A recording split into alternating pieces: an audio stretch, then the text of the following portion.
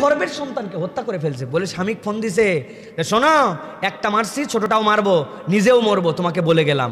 লোক তো পাগল হয়ে গেছে। ওই লোক পাগল হয়ে দৌড়ায় এসে দেখে বড়টা সত্যি শেষ, বউ খেয়ে ফেলছে এমন বিষাক্ত জিনিস। পরে অনেক কষ্ট করে তাকে বাঁচাইছে। স্বামীটাকে দেখে আমার অবাক লাগলো। সেই স্বামী সকল সাংবাদিককে বলতেছে, আপনাদের পায়ে ধরি, আমি যদি ওর বিচার চাই, আমার স্ত্রীর বিচার চাই, যদি তার মৃত্যুদণ্ডই হয়ে যায়, ফাঁসি হয়ে যায় হত্যার কারণে, তা আমার ছোট বাচ্চাও তো মা হারাবে, আমি কি পেলাম? আমি তো আরো বেশি হারায় যাব। আমি আপনাদের কাছে মাপ চাই, যা ব্যথা আমি পাইছি এই কষ্ট কোনোদিন ভুলতে পারবো না, কিন্তু আল্লাহর ওয়াস্তে আমার বউয়ের জন্য আর বিচার করেন না। কি পরিমাণ দুনিয়ার বাস্তবতায় করুণ বাস্তবতা, কি কঠিন দিন চলতেছে। মডার্ন ওয়ার্ল্ড, বাড়িতে টিভি, ফ্রিজ, এসি, আধুনিক রাস্তাঘাট সব আছে, কিন্তু বর্বরতার সীমা অতিক্রম করে ফেলতেছি আমরা, ঠিক কিনা? এটার কারণ কি? সমাজের মধ্যে এই যে ভালোবাসা, মহাব্বত, কৃষ্টি, কালচার এগুলো উঠে গেছে।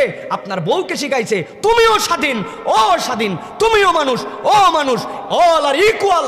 অতএব কিসের স্বামীর সম্মান? স্বামী যা বলবে তাই শোনা লাগবে নাকি? এটা ওই বন্ধাত্ম আমলের পচা ধর্ম, ইসলামের আদর্শ। অতএব তুমি স্বাধীন হয়ে যাও।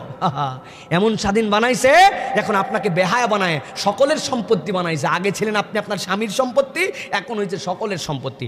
এক মহিলা নাকি আইফোনের পাসওয়ার্ড খুলতে পারতেছে না, রাত্রেবেলা মেকআপ করতে বসছে। বউ জিজ্ঞাসা, স্বামী জিজ্ঞাসা করছে, এই এত গভীর রাত্রে তুমি মেকআপ করো কেন? বলে শোনো, এই মেকআপ করে আমি আইফোনের পাসওয়ার্ড দিয়েছিলাম ফেস লক, এখন আর আমার স্বাভাবিক চেহারায় খোলে না, এই জন্য নতুন করে মেকআপ করে তার নাকি আবার চেহারা খোলা লাগবে। প্রিয় ভাইরা, এটা বলার উদ্দেশ্য কি? প্রিয় ভাইরা, আপনি যে মেকআপ করতেছেন ওটা স্বামীর জন্য দেখায় না, ওটা বাহিরে দেখায়, প্রদর্শনটা বাহিরে হয়ে গেছে। এইগুলো ইসলামের আদর্শ নয়। এইগুলোর দ্বারা পরিবারের সুখ আসবে না, আস্তে আস্তে করে আপনার অসুখ বাড়বে, ঠিক কিনা?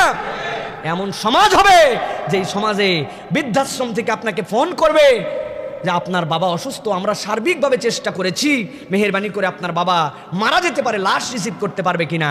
ও বলবে না, লাশ রিসিভ করার মতো তো আমার হাতে এখন সময় নাই, আপনারা যদি পারেন তো ওই যে আমাদের যে আছে লাশ দাফন করে, যে আঞ্জুমানে মফিদুল ইসলামকে দিয়ে দাফন করায় দিয়েন। বাপ বড় করছে, মা বড় করছে, যাদের ঔরসে তুমি আসছো, আজ থেকে 40 বছর আগে আপনার জন্য যদি একটা শীতের রাত্রে ডায়াপার ছিল না, কাপড় চেঞ্জ না করে দিত, আপনি দুনিয়ার বুকে অস্তিত্ব টিকে ফেলতে পারতেন না।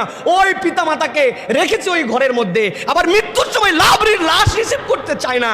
এইগুলো অন্য কোথাও নয়, আমাদের এই বাংলাদেশের মতো পরিবেশে হচ্ছে, ঠিক কিনা? শুধরায় নেন, আদর্শে ফেরত আসেন, নচেত অবস্থা খারাপ হবে। আল্লাহর চ্যালেঞ্জ, আলাম ইয়ালাম বিআন্নাল্লাহা ইয়ারা। তোমার রব কি দেখে না?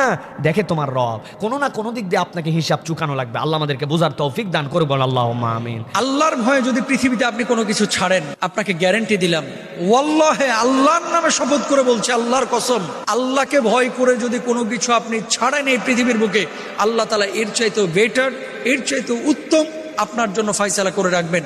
ওমাই ইয়াত্তাকিল্লাহ ইয়াজআল লাহু মাখরাজা ওয়া ইয়ারযুকহু মিন হাইসু